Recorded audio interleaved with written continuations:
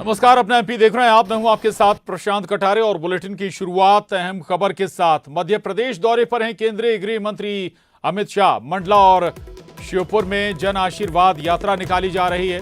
जन आशीर्वाद यात्रा का आगाज करेंगे, हरी झंडी दिखाएंगे गृह मंत्री अमित शाह। सीएम सहित दिग्गज नेता भी इन दोनों जन आशीर्वाद यात्राओं में शामिल हो रहे हैं।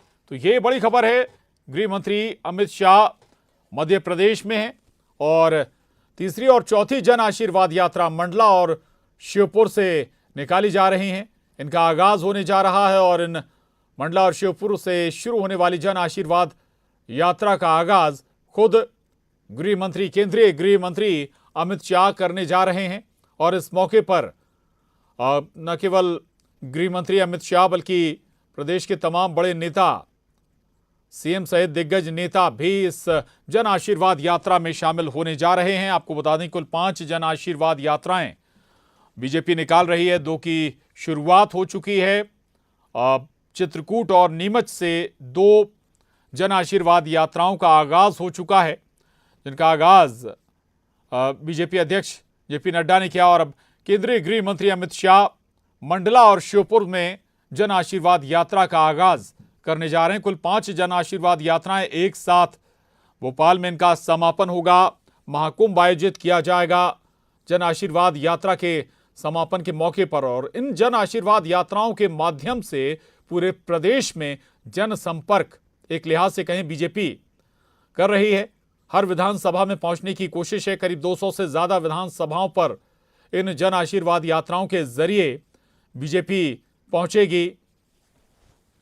न केवल प्रदेश के काम और उपलब्धियां बल्कि केंद्र की उपलब्धियां भी इन जन आशीर्वाद यात्राओं के जरिए बीजेपी जनता को गिनाने वाली है, बताने वाली है, उपलब्धियां बताने वाली है। और आने वाले वक्त के वादे भी कहें तो क्या और आगे आम जनता के लिए योजनाएं उसकी झोली में हैं, ये भी जन आशीर्वाद यात्राओं के जरिए बीजेपी बताने जा रहे हैं। तो ये मंच की तस्वीरें भी आपको हम दिखा रहे हैं। मंच तैयार है सजकर, इंतजार नेताओं के पहुंचने का। और आज मंडला और श्योपुर से जन आशीर्वाद यात्राओं का आगाज होने जा रहा है। केंद्रीय गृह मंत्री अमित शाह इन यात्राओं का आगाज करेंगे। न्यूज़ 18 संवाददाता मंडला से अनुराग श्रीवास्तव हमारे साथ जुड़ गए हैं। अनुराग, ये बहुत महत्वपूर्ण, या हम कहें कि बहुत महत्वाकांक्षी ये जन आशीर्वाद यात्राएं बीजेपी के लिहाज से जनसंपर्क, बड़ा जनसंपर्क, और खुद गृह मंत्री अमित शाह मंडला से इसका आगाज कर रहे हैं। क्या और जानकारी आपके पास, कब तक पहुंचेंगे सभा स्थल पर गृह मंत्री?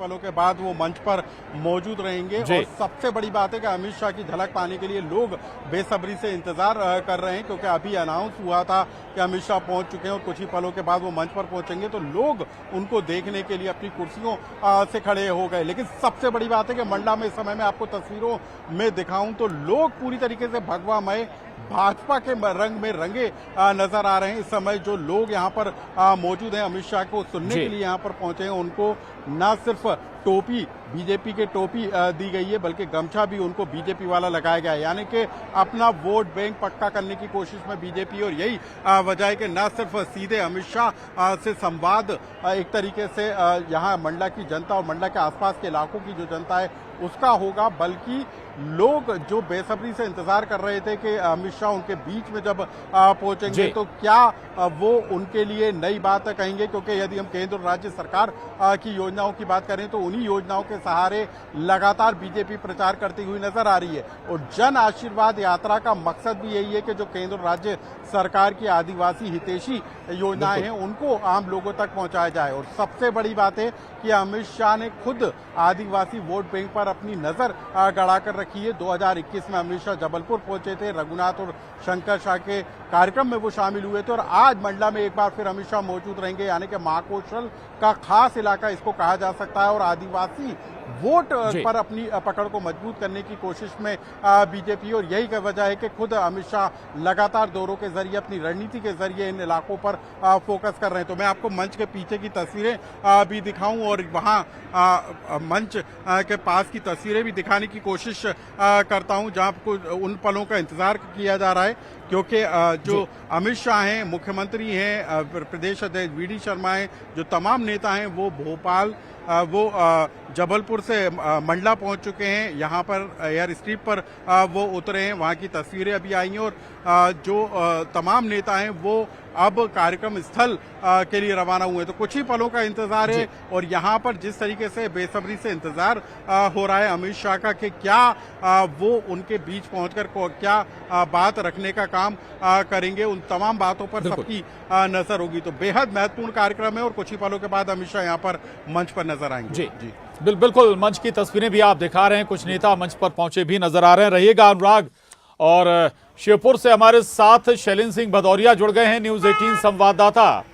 शैलेंद्र, अगली जो जन आशीर्वाद यात्रा है मंडला के बाद वो श्योपुर से शुरू होगी। स्वाभाविक है कि मंडला में जो तस्वीरें नजर आ रही हैं, उत्साह है, तैयारियां हैं, श्योपुर में भी कुछ ऐसा ही नजारा दिख रहा होगा। क्या आपको नजर आ रहा है? दर्शकों को भी दिखाएं शैलेंद्र। बिल्कुल, आपने ठीक कहा कि उत्साह जो है वो पूरे संचल में देखने को मिल रहा है, क्योंकि देखिए बड़ी एक यात्रा जो है वो यहाँ शुरू होने जा रही है। लगभग 4:30 बजे के आसपास का समय है जब केंद्रीय गृह मंत्री यहाँ पहुंचेंगे। सबसे पहले मैं तस्वीरें आपको उस रथ की दिखाता हूँ जिसको वो हरी झंडी दिखाएंगे। यात्रा क्रमांक 5 का जो रथ है वो पूरी तरीके से तैयार है। देखिए, आप देख सकते हैं कि फूल माला वगैरह इसमें सजाई गई है, बीजेपी के ध्वज जो है वो लगाए गए हैं। हालांकि ये वही रथ है जो भोपाल से यहाँ भेजे गए थे, तो तमाम, लेकिन जब यहाँ से एक बार आज फिर से इनको हरी झंडी दिखाई जानी तो उसको लेकर पूरी तैयारियां जो है वो इस रथ में की गई हैं। और खुद केंद्रीय मंत्री नरेंद्र सिंह तोमर से अब से कुछ देर पहले ही मेरी बात हो रही थी, वो बता रहे थे कि ये यात्रा जो है वो ग्वालियर चंबल संभाग के लिए 2023 और 24 के चुनाव के लिए मील का पत्थर साबित होगी। वो तो साफ तौर पर ये कह रहे हैं कि 2018 के जो परिणाम थे उससे कहीं ज्यादा अच्छे परिणाम जो है वो 2023 में आएंगे। और जो अगर जनसभा की बात करूं तो लगभग 50,000 के लोग आसपास जो है यहाँ इकट्ठा होंगे। ग्वालियर चंबल संभाग के तमाम इलाकों के लोग जो है वो यहाँ पहुंच रहे हैं। खास बात यह है कि ये जो यात्रा है ये ग्वालियर चंबल संभाग की 3400 विधानसभा सीटों को कवर करते हुए विदिशा और रायसेन पहुंचेगी। टोटल 44 जो विधानसभा क्षेत्र हैं उनको ये यात्रा कवर करेगी।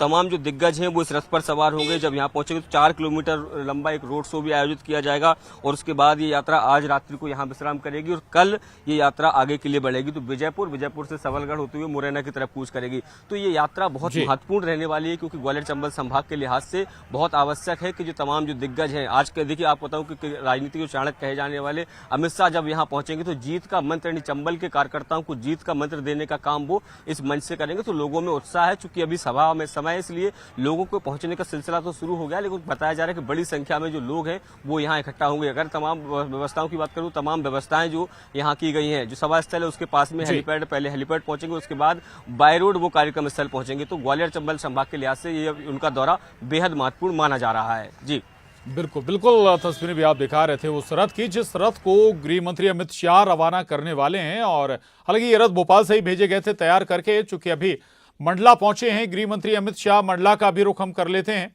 अनुराग श्रीवास्तव लगातार हमारे साथ बने हुए। अनुराग, आपके पीछे तस्वीरें जो नजर आ रही, भगवा रंग, ऐसा लग रहा है कि जैसे कोई भगवा चादर बिछा दी गई हो, टोपियां भगवा कलर की दी गई हैं। इसके जरिए संदेश देने की कोशिश भी कोई की जा रही है क्या? दूसरा ये कि मंडला से जन आशीर्वाद यात्रा का आगाज करने से किन किन क्षेत्रों पर फोकस होगा, और थोड़ा सा गणित भी समझाइएगा। 18 का क्या स्थिति वहां पर उस समय थी और अब कैसे इस क्षेत्र को टारगेट कर रही है बीजेपी? अनुराग।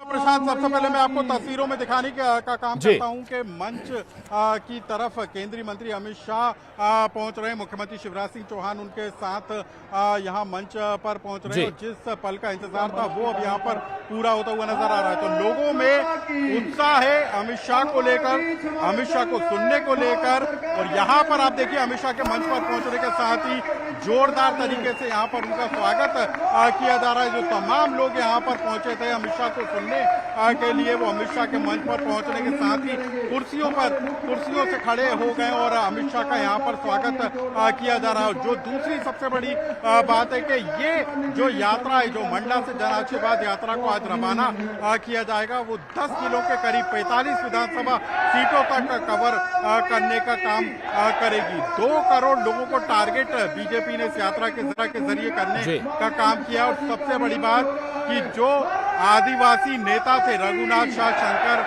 नाथ शाह, उनको याद किया जा रहा है। वो तमाम महापुरुषों की यहाँ पर छाया चित्र भी लगाए गए हैं जिन पर अमित शाह पुष्प अर्पित करने का काम करेंगे। तस्वीरों में आप देख सकते हैं कि वो तमाम आदिवासी महापुरुष जो अपने बलिदान के लिए पहचाने जाते हैं, उनको जो है केंद्रीय मंत्री अमित शाह यहाँ पर नमन करते हुए नजर आ रहे हैं, पुष्प अर्पित करते हुए नजर आ रहे हैं। दूसरी सबसे बड़ी बात है कि इस यात्रा का मकसद आप इसी से लगा सकते हैं कि जो यात्रा यानी कि जो मंडला से रवाना होगी वो 10 जिलों के 45 विधानसभा सीटों को कवर करने का काम करेगी। यानी कि हर एक इलाके तक अपनी पहुंच को मजबूत बनाने की कोशिश में बीजेपी, और ये यात्रा तमाम इलाकों से गुजरती हुई 25 सितंबर को भोपाल में जाकर खत्म होगी, जहां पर प्रधानमंत्री नरेंद्र मोदी की मौजूदगी में समापन कार्यक्रम होगा। तो उन पलों का इंतजार अमित शाह अब लोगों के बीच में पहुंच गए और लोग अब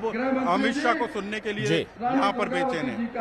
जी बिल्कुल अनुराग, मंच की तस्वीरें भी आप दिखा रहे हैं और दीप प्रज्वलित इस वक्त गृहमंत्री अमित शाह, मुख्यमंत्री शिवराज सिंह चौहान कर रहे हैं। मंच पर भी बताइएगा थोड़ा कौन कौन से चेहरे इस वक्त आपको गृहमंत्री और मुख्यमंत्री के साथ नजर आ रहे हैं अनुराग? अब मैं अनुरोध करूंगा इस क्षेत्र देखिए, जो भूपेंद्र यादव जिन्हें मध्य प्रदेश में जिम्मेदारी दी गई है वो यहाँ पर मौजूद हैं। केंद्रीय मंत्री फग्गन सिंह कुलस्ते जो कि यहाँ के स्थानीय सांसद भी हैं, वो यहाँ पर मौजूद हैं। जबलपुर सांसद राकेश सिंह यहाँ पर मौजूद हैं, नर्मदापुरम के सांसद मौजूद हैं, मुख्यमंत्री मौजूद है, प्रदेश अध्यक्ष वी.डी. शर्मा मौजूद है, हितानंद शर्मा यहाँ पर मौजूद है। तो वो तमाम लोग जो बीजेपी के बड़े नेता हैं वो यहाँ पर मौजूद हैं। और चूंकि 1.5 घंटे का कार्यक्रम अमित शाह का मंडला में रखा गया था, तो अब जो है मंच पर नजर है कि स्वागत कार्यक्रम के बाद जब ये भाषण कार्यक्रम होगा तो उसमें किस तरीके से लोगों तक बीजेपी अपनी बात पहुंचाने का काम करेगी। बिल्कुल बिल्कुल, तो जनता को संदेश पहुंचाने का काम बीजेपी करेगी। फूल मालाओं और टोपी पहनाकर, बड़ी फूल माला, विशाल फूल माला पहनाकर गृह मंत्री अमित शाह का स्वागत हो रहा है। पारंपरिक टोपी भी पहनाई गई है गृह मंत्री अमित शाह को और हाथ उठाकर अभिवादन करते हुए आम जनता का, कार्यकर्ताओं का हमारे प्रदेश के मंच पर गृह मंत्री अमित शाह, मुख्यमंत्री शिवराज सिंह चौहान फग्गन सिंह कुलस्ते जी और केंद्रीय मंत्री फग्गन सिंह कुलस्ते।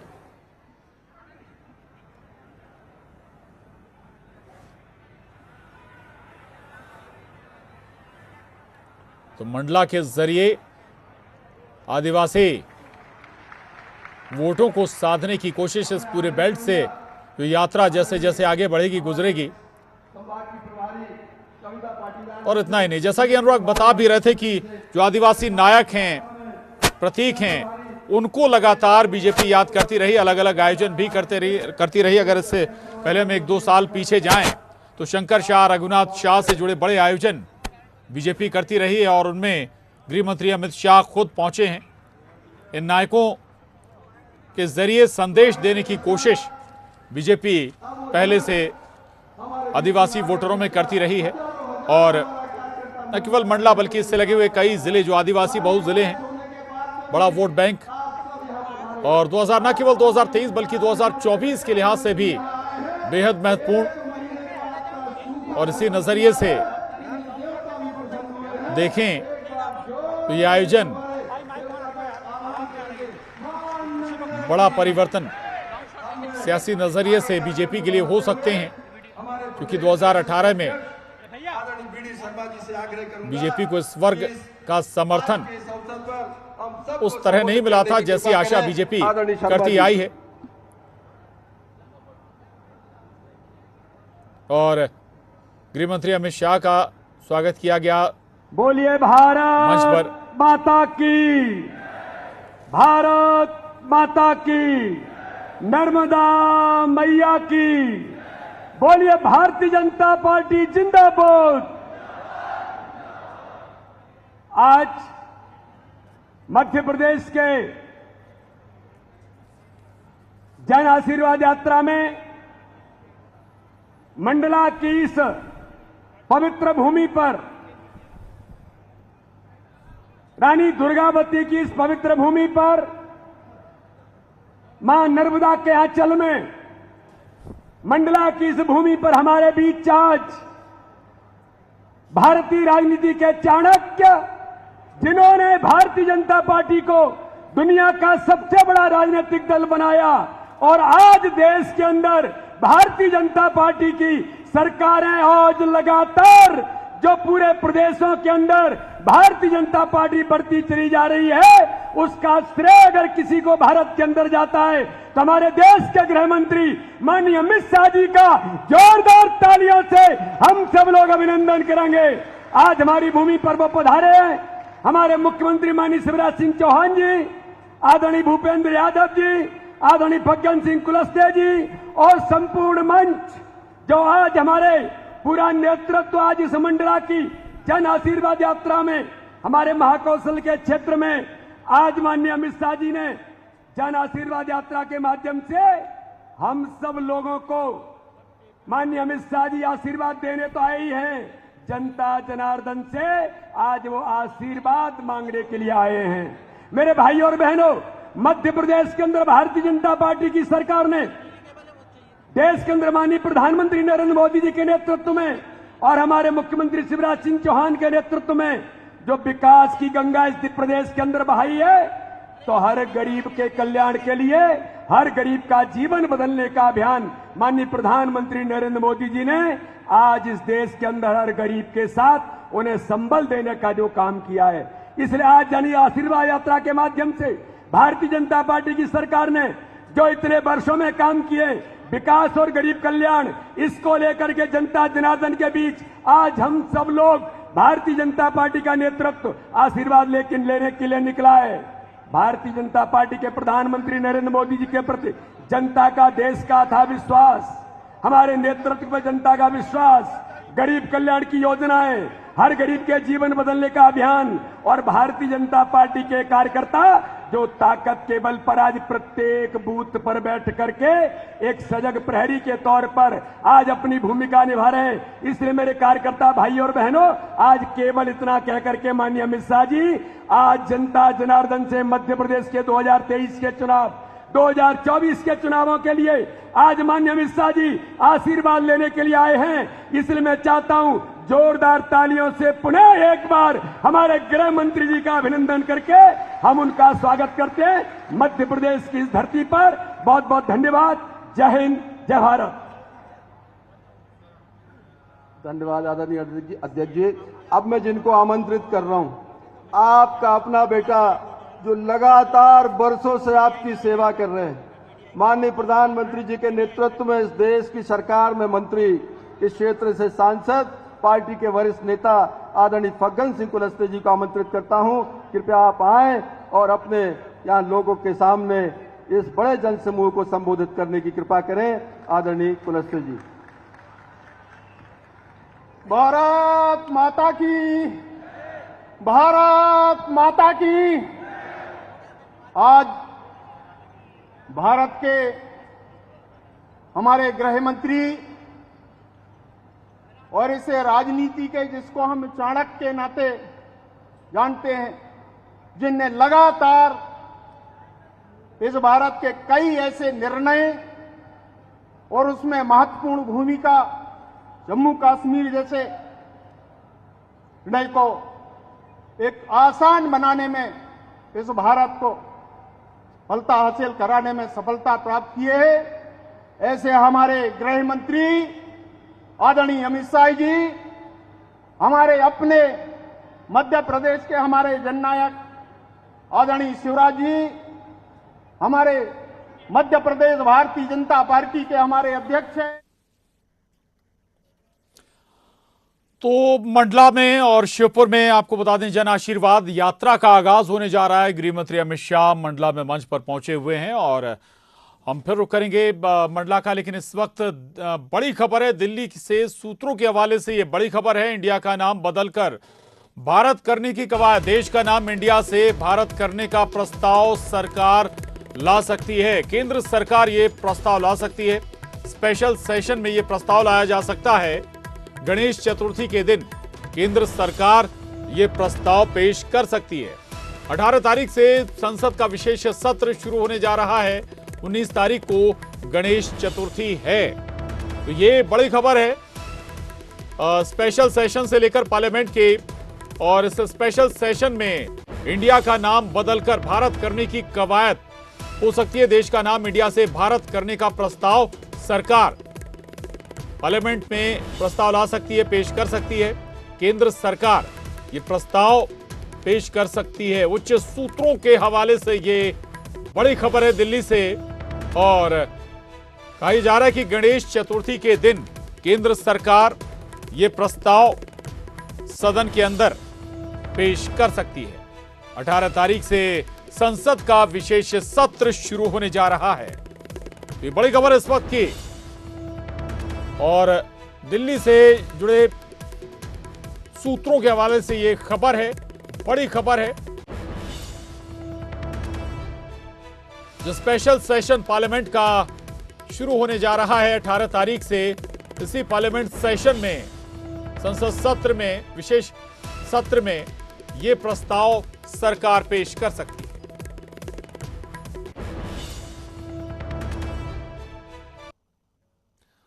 और दिल्ली के प्रगति मैदान में 9 से 10 सितंबर के बीच G20 बैठक होने जा रही है। इस बैठक के डिनर में शामिल होने के लिए राष्ट्रपति भवन से एक इनविटेशन कार्ड भेजा गया है। कांग्रेस नेता जयराम रमेश का दावा है कि इनविटेशन कार्ड में इंडिया की जगह भारत लिखा है। कांग्रेस लीडर ने सोशल मीडिया प्लेटफॉर्म एक्स पर यह बात पोस्ट की है। जयराम ने लिखा है कि यह खबर वाकई सच है। राष्ट्रपति भवन ने 9 सितंबर को G20 डिनर के लिए जो इन्विटेशन भेजा है, जिसमें प्रेसिडेंट ऑफ इंडिया की बजाय प्रेसिडेंट ऑफ भारत लिखा है। जयराम ने आगे लिखा है कि संविधान में अनुच्छेद 1 के मुताबिक इंडिया जिसे भारत कहते हैं वो राज्यों का एक संघ होगा, लेकिन अब इस राज्यों के संघ पर भी हमला हो रहा है। जयराम रमेश के ट्वीट के आधे घंटे के बाद असम के सीएम हेमंत बिस्वा शर्मा ने भी एक ट्वीट किया, जिसमें उन्होंने लिखा, रिपब्लिक ऑफ भारत खुश और गौरवान्वित महसूस कर रहा हूं। हमारी सभ्यता अमृतकाल की ओर तेजी से बढ़ रही है।